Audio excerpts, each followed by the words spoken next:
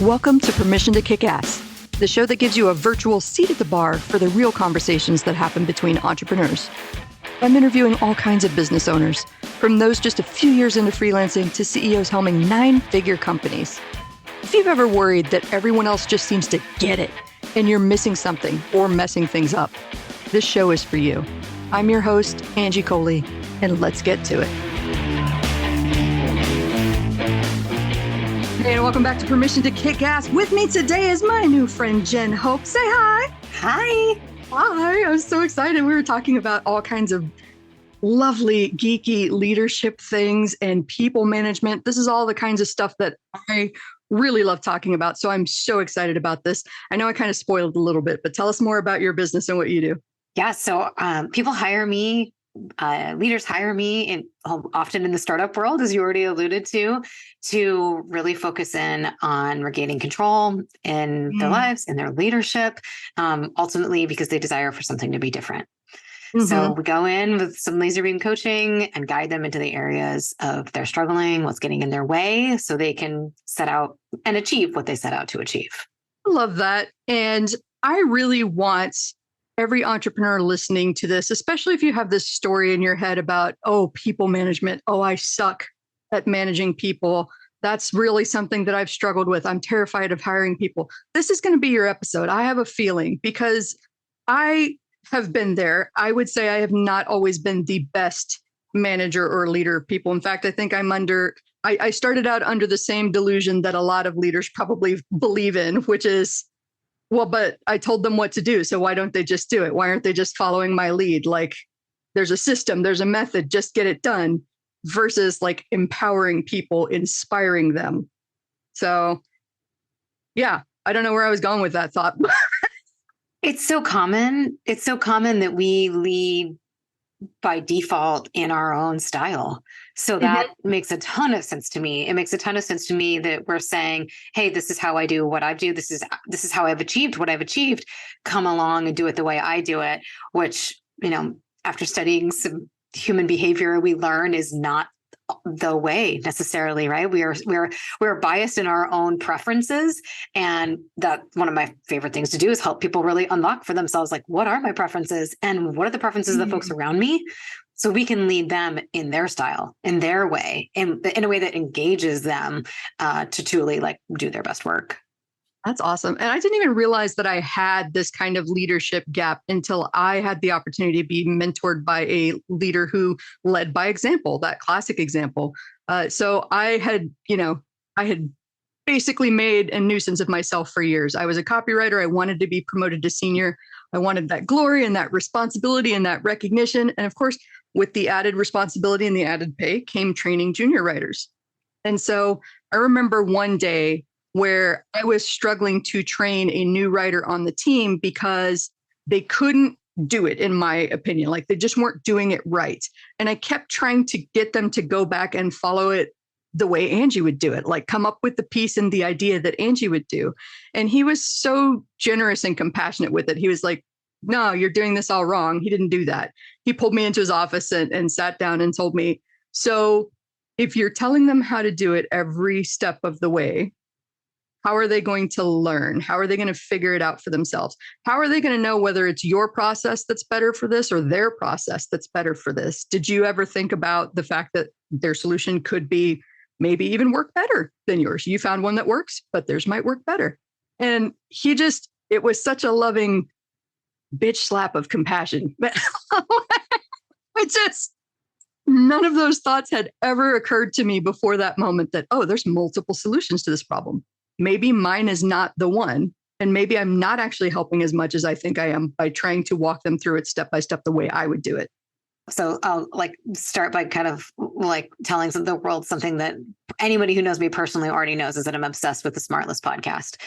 So I'm on a podcast. I'm obsessed with podcasts. Probably not a surprise. A lot of people listen to the SmartLess podcast. But one of the things I love about the SmartLess podcast is there is a leadership undertone to it, where they talk to directors and they talk to folks who are on set, needing to lead people to work toward a vision that was once theirs and is now collaborative. Like Steven Spielberg, recent guest, and was talking about exactly this, where you get on set and you come with the idea in your mind, and then it becomes collaborative and it starts to become everybody's idea, right? And it is that there's a way that you had envisioned it, and then you get there and you realize, oh, this isn't authentic to that person.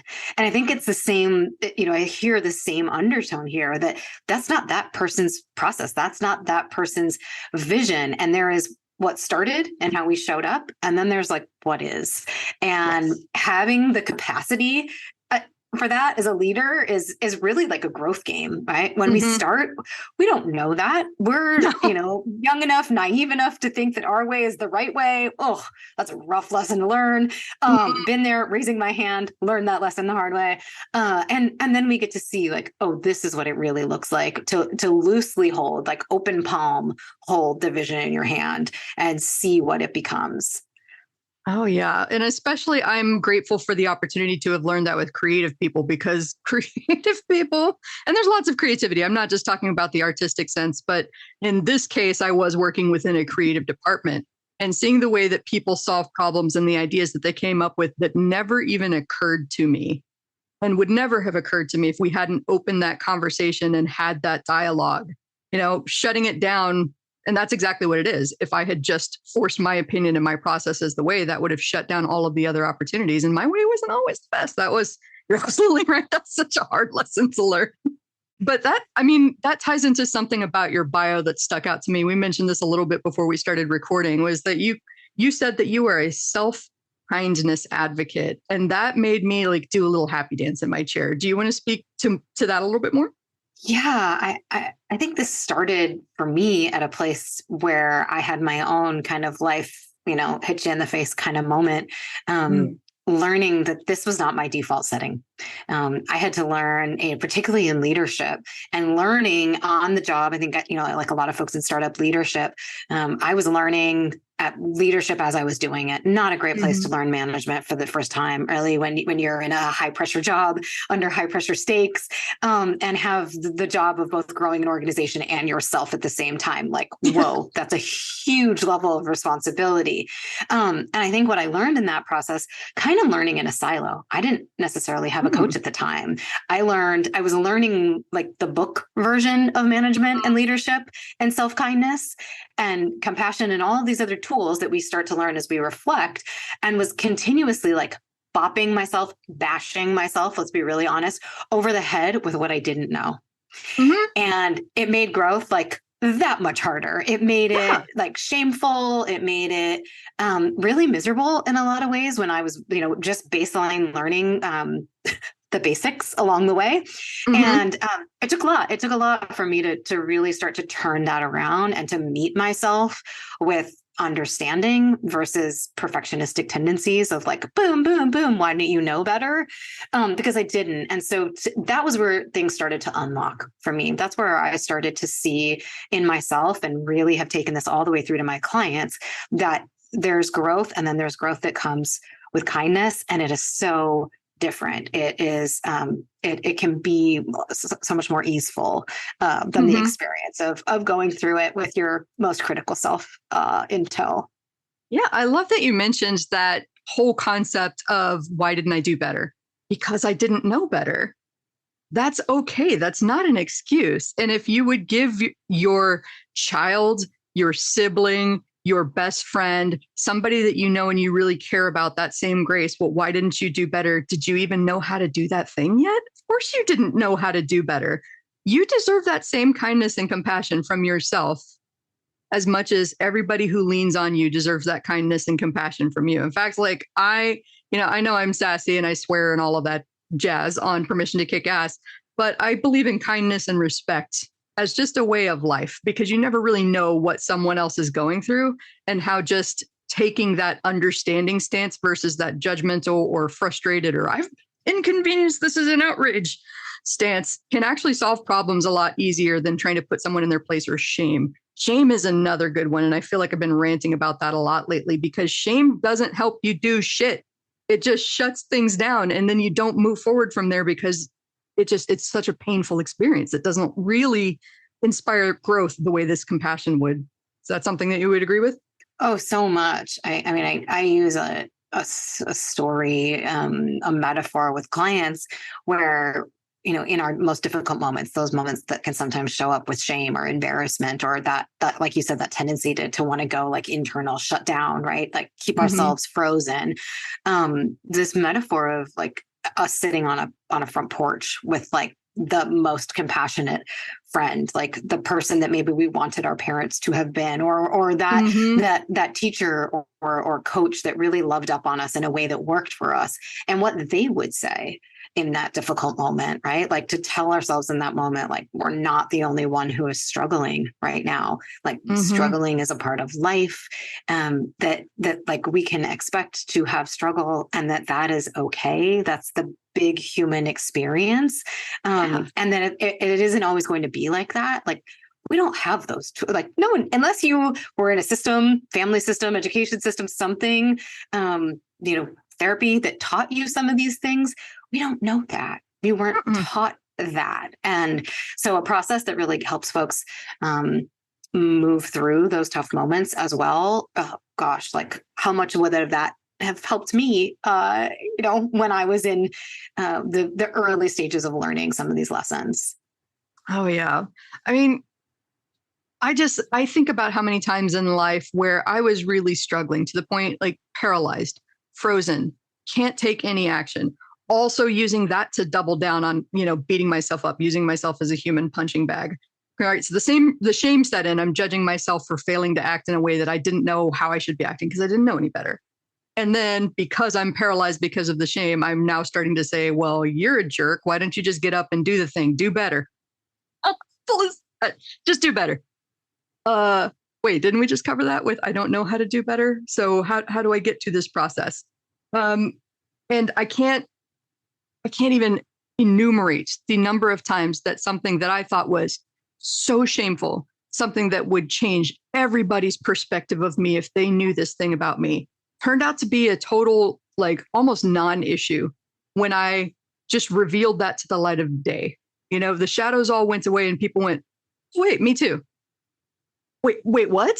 This thing that I've been shutting down and beating myself up over for months is like something that other people suffer from, and there's a solution to it. Wait, what? That was a mind-blowing moment for me. Yeah, that whole opportunity to say, like, if we keep it in the darkness, right, that we're hiding ourselves, right, versus this is my story and I'm gonna live it, whether I love it or not, and that it's all okay, right? Like it's different, even if it's not exactly it's the same as another person's, it's still okay.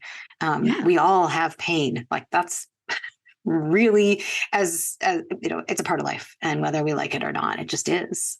Yeah, that's the universal human experience. So I'm curious, you mentioned a little bit your leadership journey and you told us about what you do, but like what really got you into this? What made this your passion?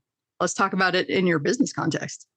In the business context, what I saw were folks like me being given these incredible opportunities to lead in startup organizations without the scaffolding required to do that job successfully and effectively, right? And there were, individuals, I think, like me, who were making great strides in their career to be able to do these bigger roles and have the responsibility and to add the value that was there.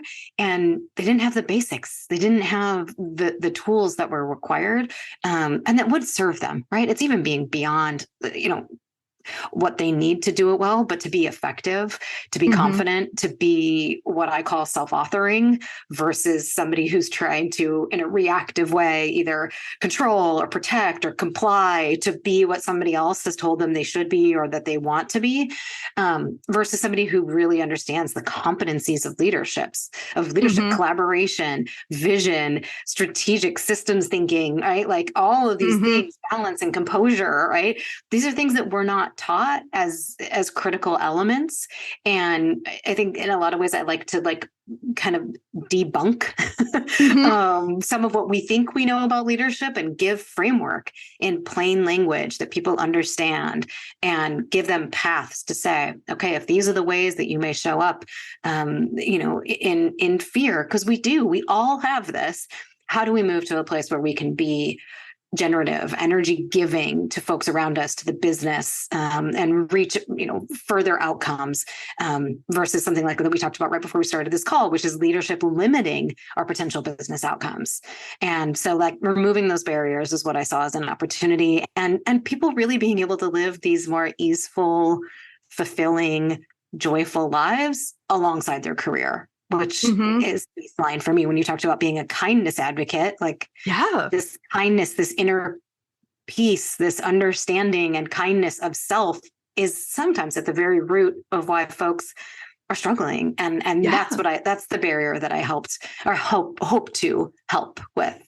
Yeah. One thing that really drives me nuts about this whole leadership conversation is this idea of soft skills, and how it's easy to, undervalue them or judge them or even kind of dismiss them because they're not necessarily the skills that are directly tied to the bottom line or the quote unquote success of the company. Where I think the revelation for me as I grew my own leadership skills was realizing that I was under this impression that the best copywriter was the person that became the copy chief, was the person that led the team. And that wasn't necessarily true. I've since had the opportunity to be on many teams where the best writer wasn't necessarily the team leader. And there was a different set of skills that the person who could lead the team brought to the table that, the best writer either just didn't have, or that wasn't their forte. They wanted to stay in their lane and be a writer and not a leader. And that's okay. But soft skills, I want to give it a different name. Maybe we should give that a different name so that people value it more. I kind of go by the relational side versus the task side of our balance that we need as leaders. So there's, having a task orientation. That's what gets us outcomes from a business perspective, right? That's what gets us the business outcomes. But the relational outcomes that's the how we get there. Right. That is when we are leading teams. This is our collaboration. This is the way that we, have fun or foster team play. This is the way that, people understand us under pressure. Are we balanced? Are we composed?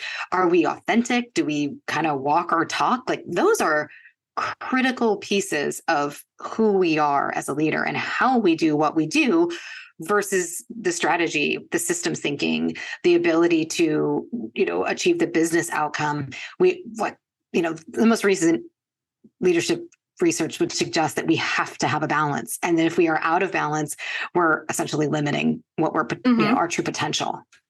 I love that, because I know I do a lot of work on self-development. I think people that are kind of naturally called to leadership do a lot of work on self-development. They kind of look inward for answers, which I think is a great skill that I would encourage everybody listening to look into. It's hard work, but it's good work.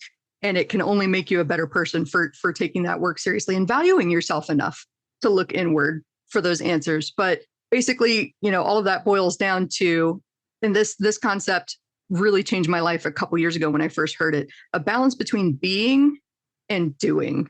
And especially in a capitalist society where we've got that, the success markers, and we need to do, and we need to accomplish, and we need to achieve, and earn. And that's how we get that recognition.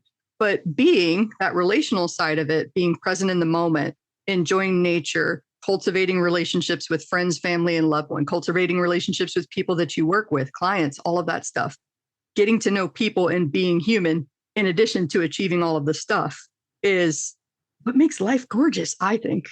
And fulfilling, right? This is where, folks will come to coaching looking for, I want to do more at work.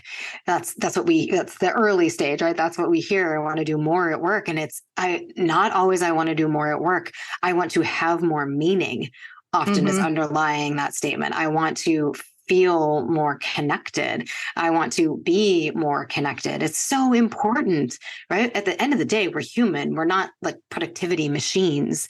And I hear that so often, like, let me optimize myself. And, I get it, right? We start to base our value on what is my output. My question sometimes is like, how are the state of our relationships to that? Right? Like, because sometimes we're really looking for some, maybe our fulfillment in the wrong category of our life, right? I don't know. Sometimes it's fun to ask a question that may not seem like it directly relates to the challenge, right? Right. I know that was interesting too. When I started paying attention to that doing and the being, that balance, finding the balance there, connecting with people, I started noticing that there was a story that I was telling myself, especially since, it's not really a secret that I have ADHD. I've told myself for years that I'm just not skilled at noticing things about other people. I'm not a very observant person. I don't really see when there's something off with them, and that can lead to me being a little bit tone deaf.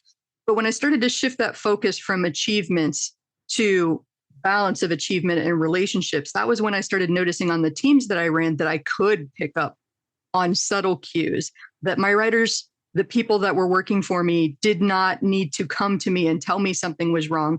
I could see by something they were doing or not doing that there was a change, that there was something happening, and that I could often make the situation better by being the one to approach them and say, hey, is everything okay? What's going on?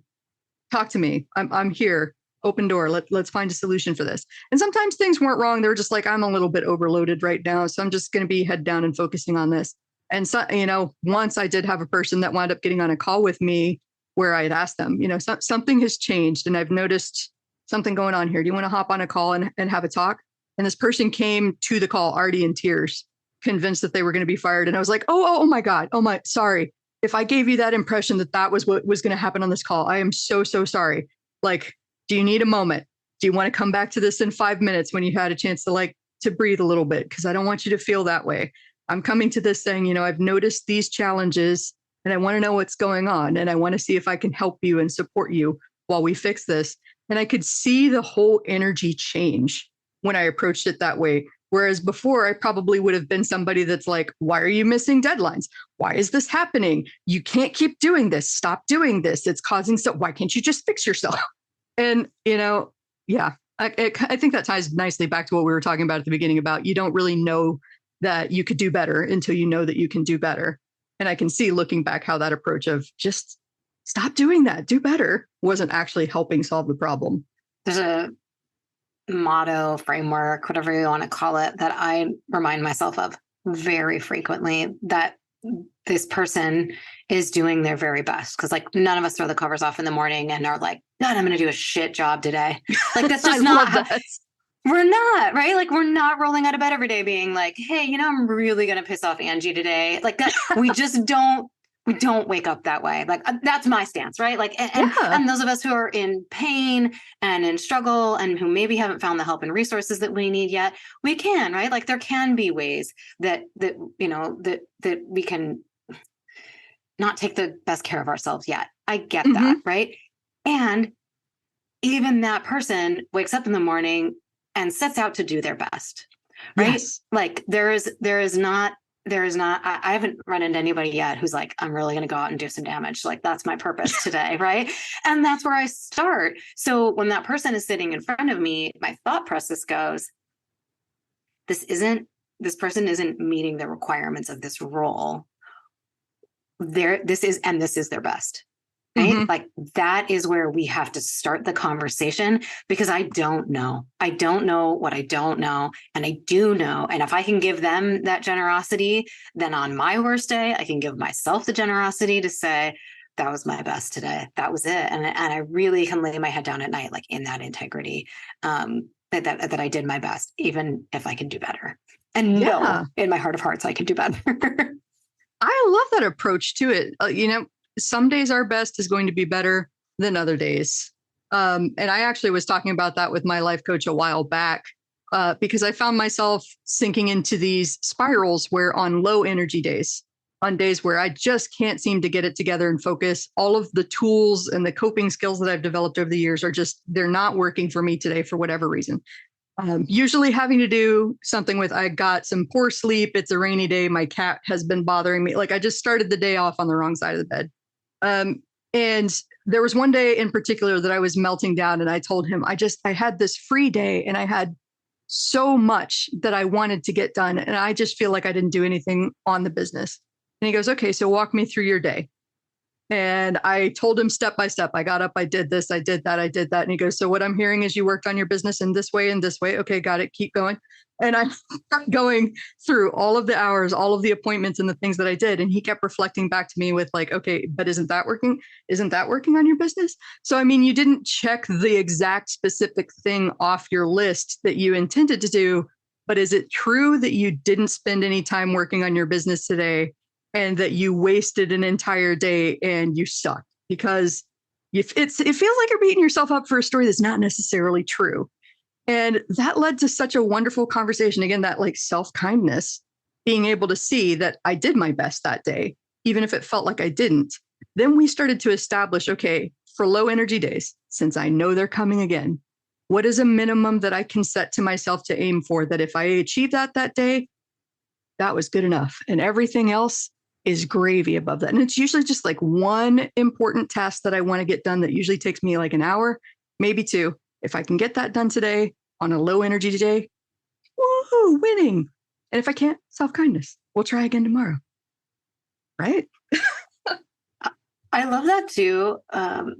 There's that idea in there of like checking the facts. And yes. I'm like, I come from the world of digital marketing. I started like when we didn't even have a word for digital marketing. It was just called marketing. And it was, we were figuring out what that even was. That's when I started in search and things before Google. And, but with that data orientation of kind of, it's really been like a thread through all the work that I've done, even still part of the work that I do today, using data, right, to help us kind of tie pieces of, our lives and threads together, right?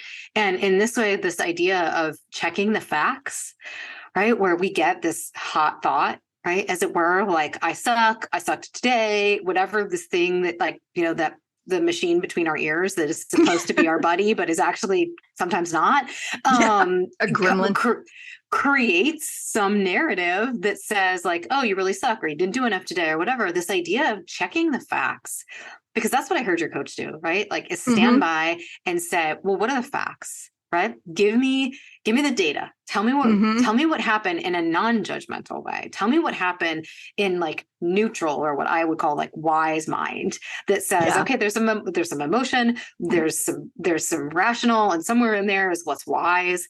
And what's wise is you did your best. Here's all the ways that you did your best. And here are some ways that we could do better. Here are some ways, like some days we're tired and willful and whatever else we're going to be, and human. And that is all okay too, right? Still, like, didn't throw the covers off this morning being like, wow, I'm going to be a shit person. I know it's okay to swear here, so I'll keep going with that. Absolutely. Yeah, I love that idea. Maybe that's going to go somewhere in the copy or the subject line. Like, I woke up today and decided to be a shitty person. Yeah. That sounds like one, I wouldn't say easy, but like simple tool to get in the habit of practicing as you want to grow your leadership, of like, did this person that I'm frustrated with, even if that person is myself, right? Or if it's somebody on my team, or if it's somebody that's paying me or whatever, this other person that I'm frustrated with, or myself, doing the best that they can. Absolutely. What are the odds that they woke up and said, you know what, today I'm on a mission to fuck up Jen's day. That's it. Goal number one, make her mad. That's it. That was how I got rid of my road rage. I really don't rage on the road. And I think it's for that exact reason, because I know that person that cut me off, even if they're following me and aggressively flashing their lights and like trying to scare me or something, that's not because they found Angie on the road and they decided she's the target. It was just because I was the person that was closest to them on a day where they were having a bad day, and I'm easy target for them, but they didn't pick me out and go, Angie's here, I'm going to screw things up. Yeah. If you can look at that person too and be like, wow, you're hurting. It's so different than like, wow, you're an asshole. Mhm. Right? It's so different. Like, because we can identify, right? This is empathy, right? Like at its core, we can identify with you're hurting and you are trying to expel that hurting, right? And don't really know what to do with it. Mhm. If we can do that, like we've been there, you like put your phone down too hard because you're mad about a thing, or you grab your purse and walk out the door or whatever, like Yeah. you've been there, you've slammed the refrigerator, like so we've all done this, right? Like, we've pushed a button on an elevator, whatever it is, that is so human. And whatever this person is doing, flashing their lights, honking, giving you a finger, whatever it is, it's just that, right? Yeah. It's just their hurt. It's just their day. It's just their emotion. And it's not who they are, like at their Mhm. core. It's just Yeah. not. If we're going to be really honest and we're going to practice the self-kindness, the self-compassion, and just being real with where we're at, right? We're all humans. That means we're all assholes from time to time to various extents, right? I've definitely got an asshole side to me sometimes when I'm feeling frustrated. It's just that now with, taking the shame out of it, taking the self-judgment out of it to the best of my abilities, right? I'm not always perfect at that. I can recognize, okay, well, that was an outsized reaction to some frustration that I was experiencing. Here's how can I learn to do better next time? How can I give myself grace next time if I try to do better and I don't achieve that? And it's just that practice and that awareness, which is something I used to rebel against too, like awareness and mindfulness. But I'm seeing just how helpful it is. That helps me to not lose it in the first place. Capacity, right? Mhm. It's capacity. This is why I meditate. This is why I recommend meditation for so many folks as preventative, Yes. right? And not the tool always to insert in the moment. While I do believe in breath work and all of these things that we can do in the moment when we're agitated, right?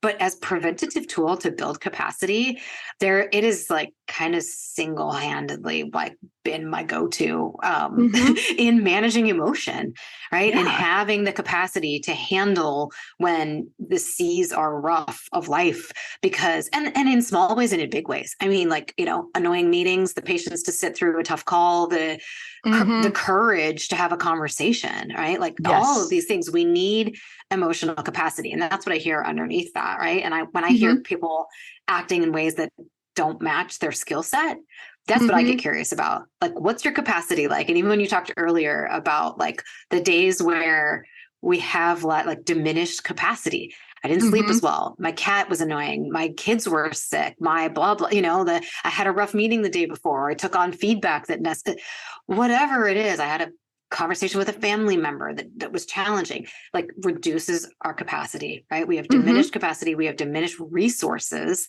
and it can create reactivity. And that's just Yeah. not as skillful as we can be. That's how I look at it. That's my lens. Love that because I remember a time too where this was shortly after I had just taken on a new client where I was running his team. He had brought me on in that capacity to be the copy chief and to help run and facilitate, train the team, develop all their skills, all that jazz. I had been on for about a month when I experienced a breakup, like a sudden move, all of these emotions that come with it. And I know that, previous corporate me, before I had developed these skills, would have just toughed it out, thrown herself into the work, like quadrupled the suffering, but like don't inconvenience anybody else with what you're going through. Don't let them see the shame, right, of this thing that happened to you. Whereas in this one, I valued him so much as a client and as a friend. We had known each other for a long time before I came to work with him that I reached out to him and I said, hey, uncomfortable conversation alert. Here's what happens this weekend.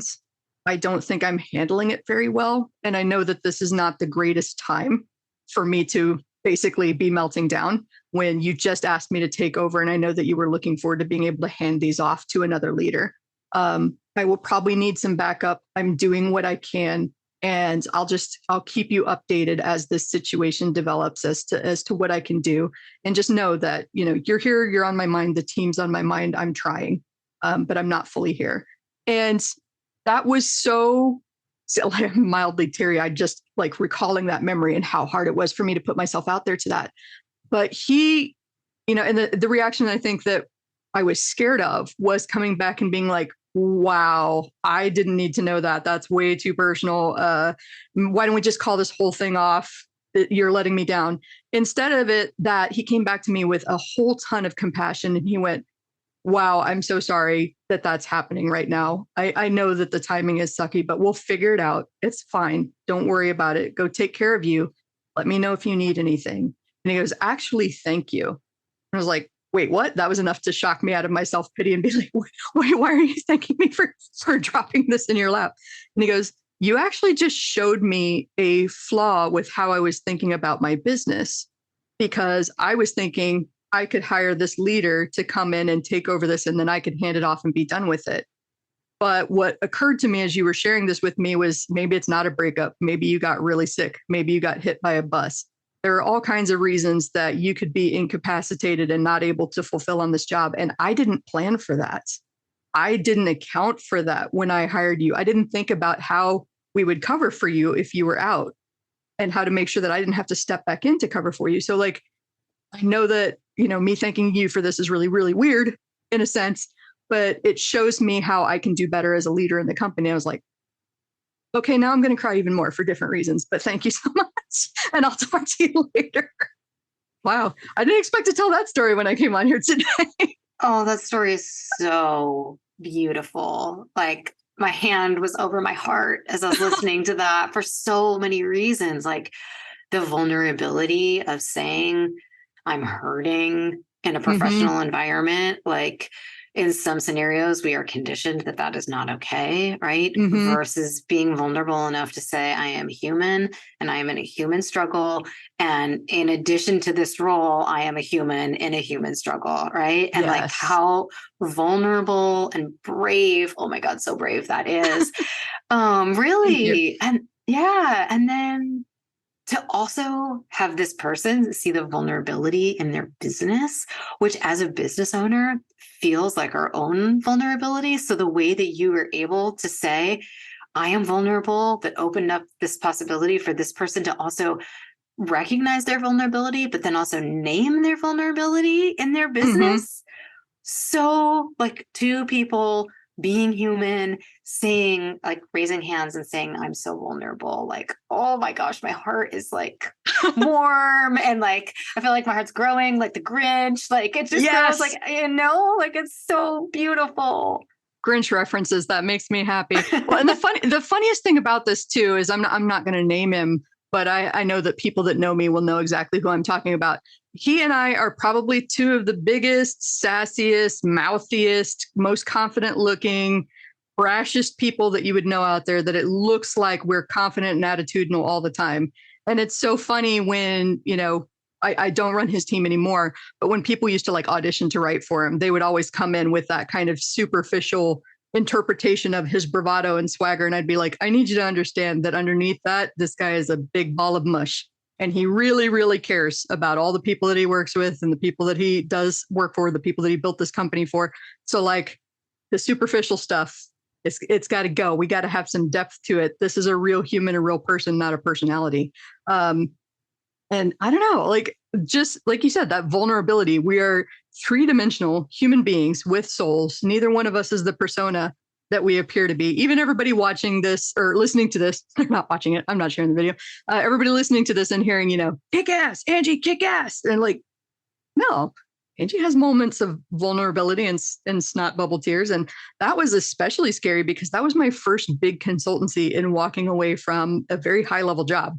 And I was terrified that I was going to lose it. Underneath what I heard too about both of you, or what I know now after like enough kind of out there watching people and understanding that folks who have those big of feelings in one direction have just as big of feelings in another direction, right? When we are big feelers and when we can be that passionate out in the world, that we have that much big feeling kind of in every direction, right? Like our heart is not big just in one way, not just out in the world, but there's a whole spectrum. And if we can feel that big one way, we can feel that big another way too. It's like where we've got, I don't know, it's not always, it's sometimes challenging to feel that big in all directions, right? But I hear there's that, for both of you all, like my little secret sauce in there is like, oh, you have big feelings in every direction, Angie. I see it.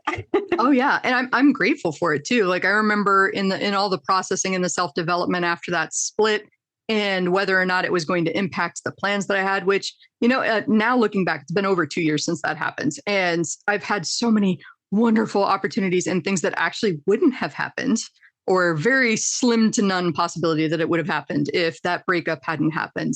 That it's like, okay, that was the blessing in disguise that I didn't know that I needed. And I had, in that processing and the conversations that I had, some of them even with clients and people on the show, people would be like, oh, well, you don't want to fall that hard that fast, or you don't want to give your trust to people or things like that. And I'm like, no, they don't get to take that away from me. I know it's hard feelings. I know it's deep feelings. I know it's big feelings, but I love them all because the low lows help me appreciate the high highs. And I just don't want to come down from that. Nope.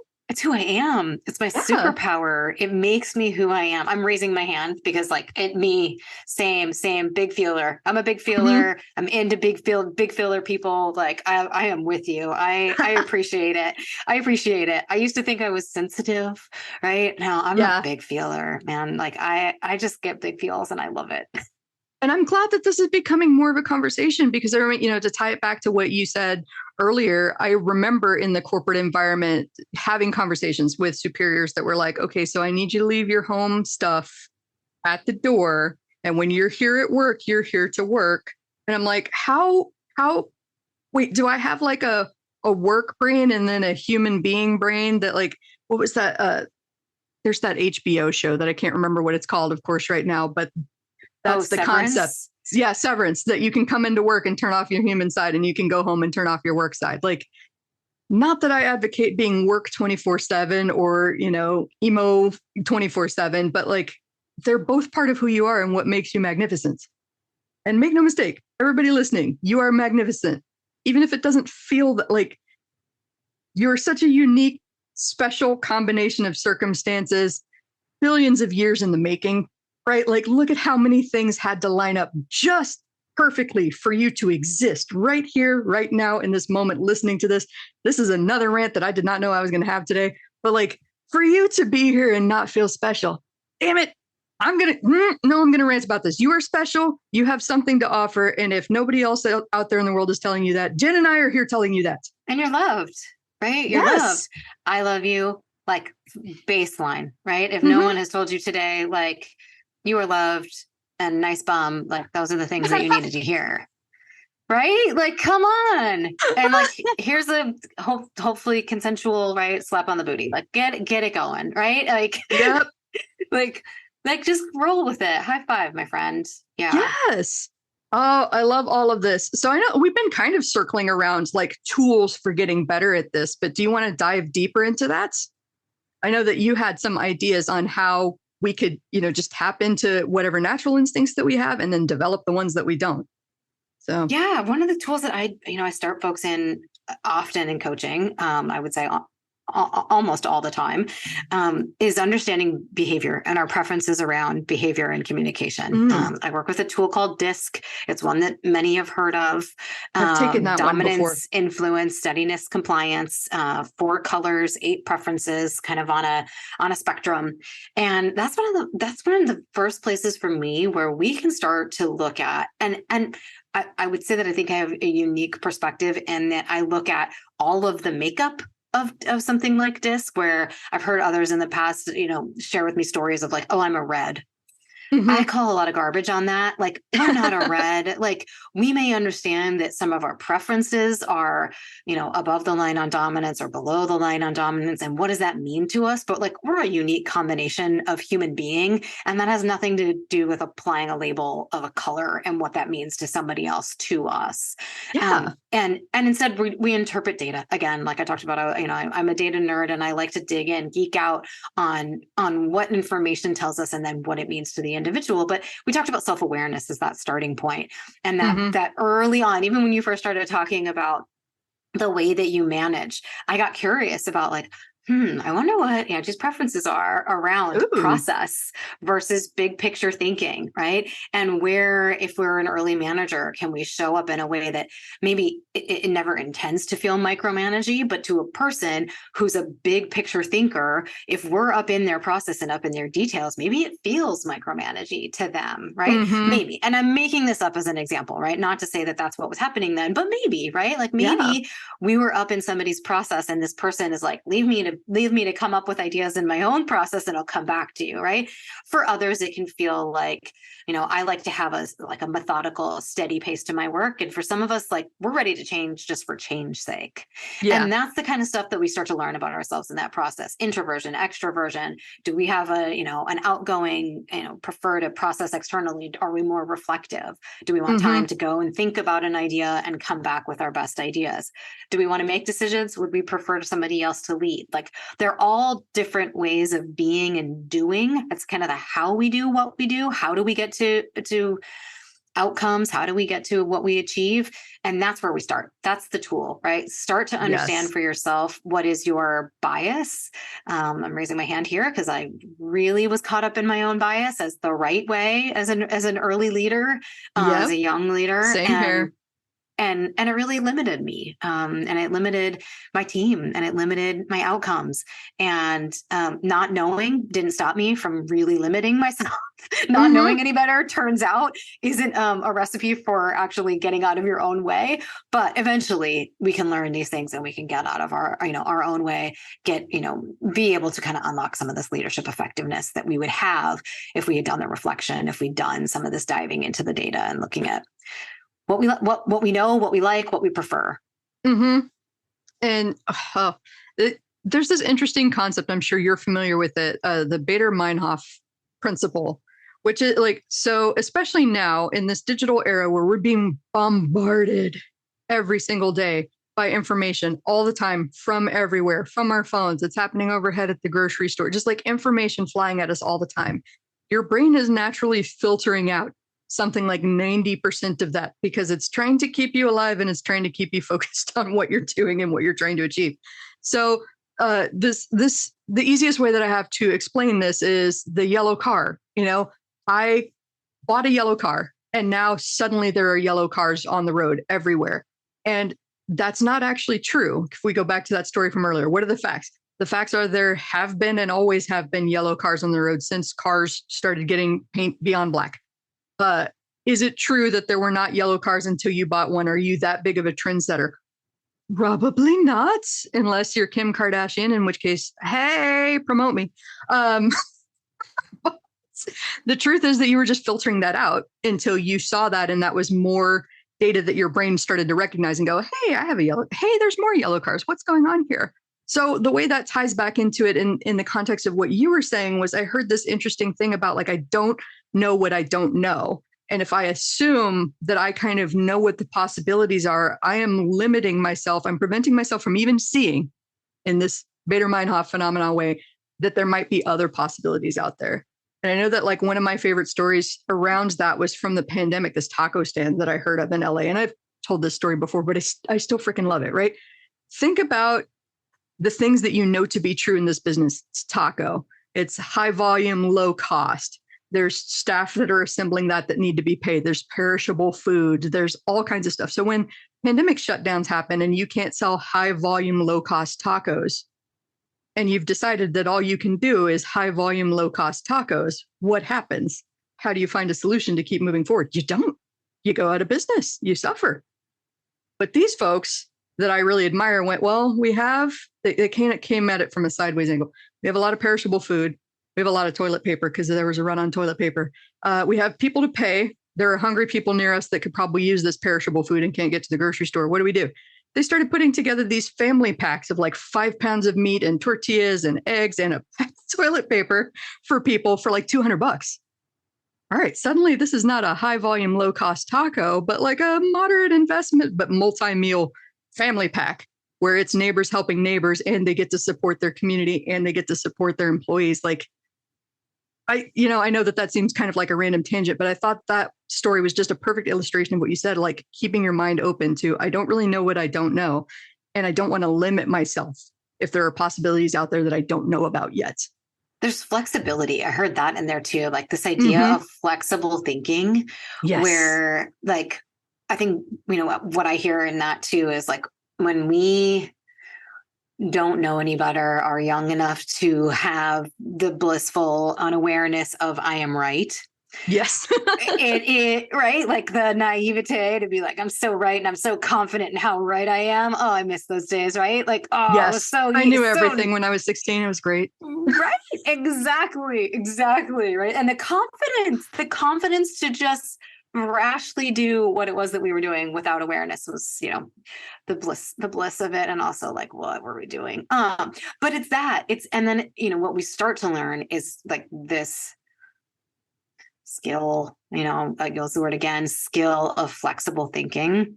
That's what I hear, particularly for a creative individual. Like what an asset to have in your pocket of, I can stay flexible, I can stay open, I can stay present to what's happening. Because if we're heads down in our business and not able to look out and see those possibilities that this person saw, the flexible thinking to say, here's a collection of assets, how do we bundle them? So bright, right? So wise in that moment. And to read a trend and to read a market and to read, need and adding value. Like that's really flexible. Yeah. So that creative problem solving, if they had said, how do we sell more tacos? That's not really the question that we need to answer. And that in itself is a limiting question too, because it just says that all we can sell are tacos. Right. And I'm just, I'm restating the same thing in a different way for folks that, if I was confusing on how to wrap your head around this, but the question is, how do I stay in business? What do I sell that can keep my business afloat, that supports the people and is what they need? What else can I do with what I've got to make these people happy, to take care of my staff and my family and make sure I'm not throwing away a ton of food? I love that. I mean, that's probably exactly what you mean by flexible thinking. If there's no other term for that, then I love that. Are you asking the right questions to help you find a solution, or are you asking the kinds of questions that are focusing you on one small window of possibilities, all of which kind of suck right now because they're not actually helping? And the question too of like, how is this collection of things valuable, right? Like I'm keeping myself in business, but you're keeping yourself in business because the thing you're selling is valuable. Previously, the taco, because it was fast, because it was the right price, because it was readily available, that was the right solution. Now, the meal that's available and the meat that is available is valuable in a different way, right? The added bonus of the TP, right? Like now we're talking a whole different kind of value, right? That was just the cherry on top when I saw that. I was like, oh, that's so brilliant. Cherry on bottom. Sorry. Anyway. Oh my gosh. Angie, what is happening? How have we gone this route? I was like, before we go too far down that rabbit hole, like we've been talking for a while and I could keep it going for another hour, but tell us more about how to find out about the Jen Hope brand of leadership, because I want more people out there in that school of thought. All right. So Jen Hope, you can find me everywhere at JenHope. It's Hey Jen Hope, HeyJenHope. On LinkedIn, you can find my website at heyjenhope.com. I'm on Instagram as well for more of the daily stuff. So come find me there. Nice. I think we have to do a part 2. I know that this one was rambling all over the place, but it was the best. Amen. Kindness and TP, like how this is my kind of conversation. Thank you, Angie. That's all for now. If you want to keep that kick-ass energy high, please take a minute to share this episode with someone that might need a high-octane dose of "you can do it." Don't forget to rate, review, and subscribe to the Permission to Kick-Ass podcast on Apple Podcasts, Spotify, and wherever you stream your podcasts. I'm your host, Angie Coley, and I'm here rooting for you. Thanks for listening, and let's go kick some ass.